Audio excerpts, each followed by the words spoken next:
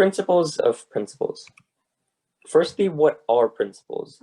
In contrast to practical arguments, principles are about moral arguments. It's about what things are right, that we should do, not just what necessarily gives a good outcome or a good benefit. So, as an example, if we were considering the motion that is unlikely to come up in a competition, but this house would punch their friend, does anyone want to tell me practical argument as to why we shouldn't do this?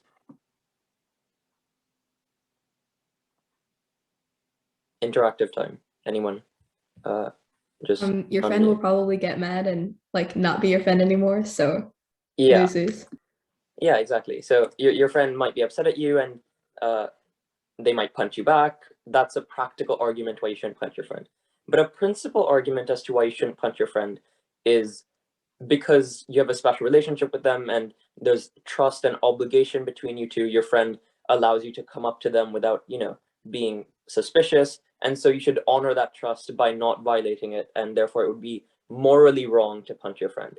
So this is a simple example, but it illustrates the difference between a practical argument, which relies on not doing something or doing something because of the practical benefit that you get, whereas the principle behind why it would be morally wrong to punch your friend because of the fact that they trust you and there's a special implicit contract between you that you don't hurt each other because you're friends and you care about each other, and so on. So with that being said, I want to go into the types of principles that you might encounter in a debate, but also more generally, philosophically speaking, what kinds of principles are important. I'll give an overview of three main ones. So the first kind is autonomy. This is the general idea that individuals should be free to pursue their own interests and needs. And there's three main things to consider under this type of principle. The first is more choices good? And in general, you will tend to see that more choices is good, because if you have more choices, then you have more ability to discern what is best for you. And if you are limited to only one choice, that's obviously bad because you have no ability to choose your own journey and choose your own destiny. So if you are able to prove in a debate or in life in general that you're able to maximize the number of choices that people have available to them in a way that's productive for them, then that's something that you can argue is principally good because it provides individuals with more autonomy to pursue what they want in life. The second thing to consider is whether choices are informed, because to make a good free choice, you also need to have information.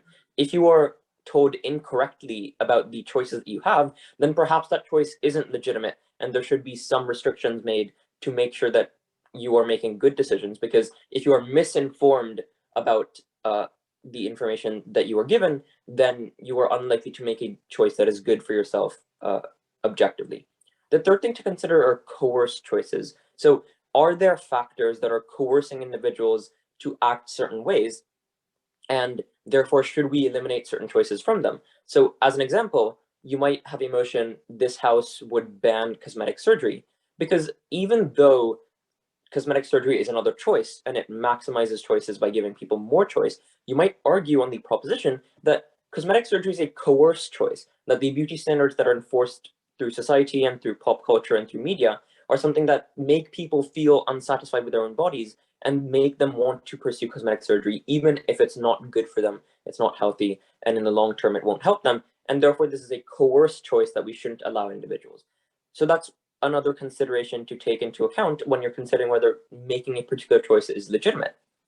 Also, when we discussed the example of legalizing all drugs, some people on the proposition might and did argue that legalizing drugs would maximize choice and allow people to do what they want. But on the opposition, you might argue that this isn't a legitimate choice because of the fact you get addicted, which means that all future instances in which you take that drug will be coerced by your physiological addiction to that substance, and therefore we shouldn't allow people to enter into that cycle at all. So these are the things to take into account when considering principles of autonomy and trying to maximize the choice that people are able to have.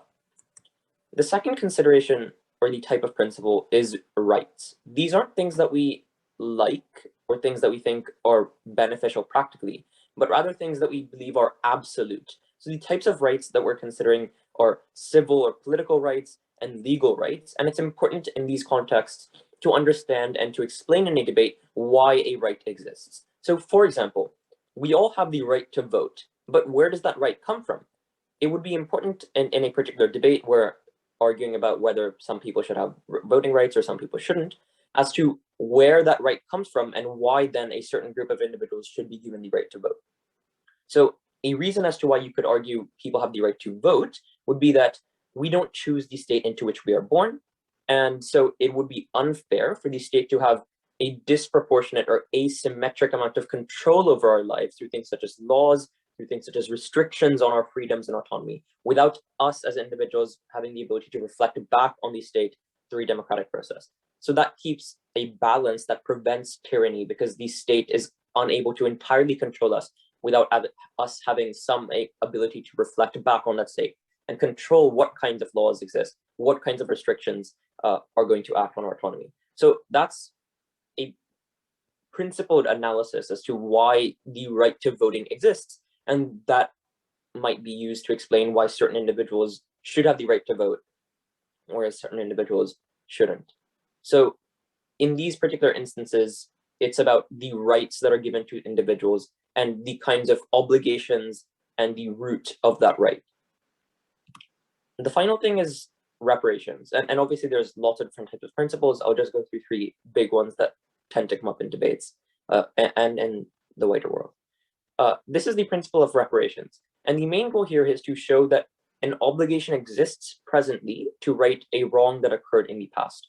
So you should firstly identify what past injustice occurred, and then prove or recognize whether that past injustice still affects the present and how it does so. And finally, how that injustice will be redressed through the suggested policy to encompass the overall principle of reparations and why certain policy might be a good reparation for that. So as an example, one of the debates that is on my website as well is this House believes that the United States should create a Black successionary state. So turn Texas into a state, into a country that is primarily for African Americans to move to. And on the proposition, the team made an principled argument as to why in the past an injustice was done against African Americans. They were denied statehood when they were rounded up in the African subcontinent and forced to become slaves against their will. And they were denied political rights and political freedoms. And so they were taken away from their state. And so the only way to redress that particular harm of denying statehood would be to give them their own state and to give them the political freedoms and leverage that come with that. So that's a particular way to show that the unique principle of reparations is required to address a particular harm in the past. Or you could have a motion about this House would give women quotas in parliament, or would give women 2 votes. And in those instances, you could argue that there's a principle of reparations because women were denied political leverage in the past. They were denied the ability to stand up and vote. They were denied the ability to stand in office. And so the only way to redress that harm, and that still disenfranchises women and still makes it really difficult for women to structurally rise up the ranks in political parties, is to give them greater political rights in the present to right that. So that's a way that you can explain why a past wrong will be righted by a present policy. So I hope all of that makes sense. These are just some ways to analyze 3 different types of principles that constitute a large part of ethics and moral argumentation in debating and in the wider world. So if there's any questions about that, let me know. Otherwise, I'll move on to how do you respond to principles and how do you engage with them in the debating context. So the main thing to remember here is that there's a very similar approach as is in responding to practical arguments. That is, you can attack the principled analysis, you can attack it with thought experiments, and finally you can weigh off principles against other considerations in the debate. So in terms of attacking analysis, notice the kinds of explanations I gave for each of the principles that I argued in terms of either the past wrong that was done that still affects the present, the root of why a right exists through an obligation with the state, or in the case of choice, why a certain choice is coerced. And responding to those principles, you just need to respond to that piece of that logical link. So arguing why actually people do have information and why this isn't a coerced choice, or why this past wrong doesn't affect the present, or why it could be solved in a better way, or in the case of absolute rights, why this obligation with the state doesn't necessarily exist because because people choose to move it to a state and they can still leave. So perhaps some individuals who are free to leave maybe shouldn't have the right to vote. It's all up to the way that you argue and the way that you break down those links. And in the same way that you would attack a practical argument by picking at the links of logic that support why an obligation exists or why a particular right exists, the same sort of combing through that argument should occur when you're trying to attack a principled argument.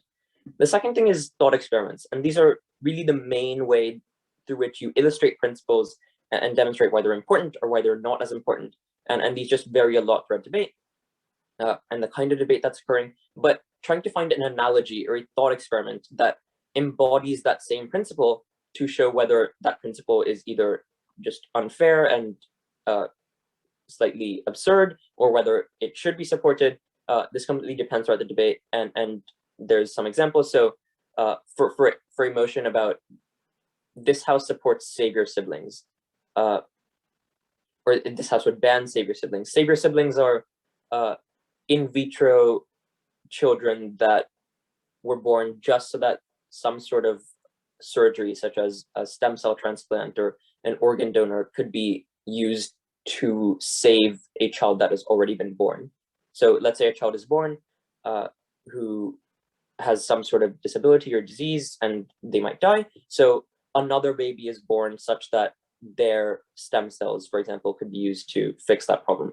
And so if you wanted to ban this kind of practice and ban save your siblings, you might argue on a principle level that when we instrumentalize individuals, when we take something from them that doesn't benefit them and we take it forcefully and we use it to benefit someone else, it's only justified below a certain threshold of harm. That's why, for example, if a patient is in a coma, and this is the thought experiment, if a patient is in a coma, it's legitimate for us to scan their brain and use them for research as long as it's non-invasive and it doesn't harm them, but it would be illegitimate to forcefully take their organs and to kill them just to save 10 other people, as an example. So that's a way that you can analogize and use a thought experiment to demonstrate why a certain principle might be hold in terms of not instrumentalizing save your siblings to help someone else, or vice versa.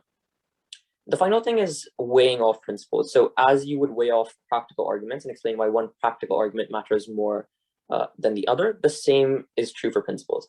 So firstly, weighing principles versus practicals. And this is some of the most common thing that you'll do, arguing that a principle is more important than a practical. And this might seem very difficult to do. Like, how do you compare an abstract principle moral idea against a practical tangible benefit? But again, I think it comes down to the analogy and the thought experiment. So if you were, again, comparing the principle of whether we should use save your siblings versus the practical of the save your sibling could be used to save lives, you use that analogy of, is it legitimate to force essentially someone to die and take all their organs to save 10 other people? And I think intuitively most people would say, no, that's obviously like barbaric and we shouldn't do that. And so you should use that same analogy to demonstrate why that principle is more important, and using those precedents in and using examples where in the past, we could get practical benefit by doing lots and lots of things. Let's say by putting people in jail disproportionately and having a massive deterrent so that people don't commit crimes. Maybe that would practically get benefits, but principally, we recognize that people should only be punished for what they deserve, not to serve as some sort of societal deterrent to stop crime. So using those examples, using those precedents, using those thought experiments is really important. Now, comparing practical versus principle. So arguing that a practical is more important than a principle in the reverse way that we just discussed. So again, using analogies and using precedents of instances where we do value the practical over the principle. So for example, things such as conscription or lockdown, even though we're restricting your rights and we're forcing you to do something because it has a massive practical benefit in winning a war or in stopping a pandemic, it's still justified. So using those analogies and precedents is really important. But also another tool that you can use is showing that a principle is contingent on a practical. So for the motion, this House believes that the United States should create a Black successionary state. The proposition might argue, as I mentioned before, that there's a principled obligation to help Black African Americans because they've been wronged in the past and therefore the government should help them today. On the opposition, you might argue, look, the state, as proposition says, has an obligation to African American citizens today, and so they should do what is practically best for those citizens, not just what is abstractly principally justified. Because if it's the case that the state and creating the state will lead to harms for African Americans, let's say it'll create more racism, or the state will be very poor and it will ultimately harm African Americans, or it'll force them to leave communities that they have actually built ties to, that they feel comfortable in. All of that harms the African American citizens of today that the state has an obligation to, and so we shouldn't do that. So that's a way of illustrating why principle would actually be contingent on the practical benefits that your side actually provides to a better degree.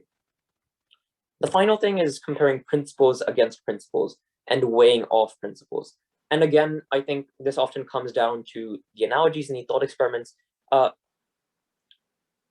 So, for example, perhaps you have a debate about whether children should listen to their parents, or whether their children should listen to their peers. Obviously, that's not a debate in of itself, but perhaps that's one of the themes under a debate, whether it's good for children to be influenced by peer pressure, or whether they should be influenced by parents. And there's principled arguments on both sides. You might argue, you have a special relationship with your parents and special trust, and they've taken care of you, therefore you have an obligation to listen to them. But you also have a special relationship with your peers, and they have trust in you, and they have a special relationship with you, and you spend all this time together, and so you should listen to them as well. And so you might want to weigh those principles and argue, look, the relationship that you have with your parents is far more special. There's far more trust and far more sacrifice that they've made for you.